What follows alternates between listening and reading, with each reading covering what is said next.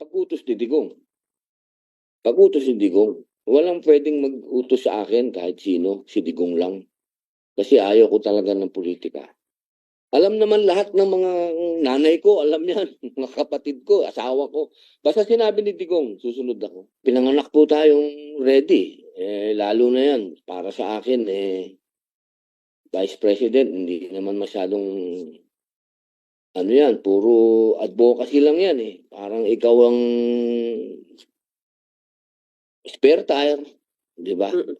Kayang-kaya yan. At iisa naman ako sa, ang paniwala naman ng Duterte, isa ako doon. Ako ay,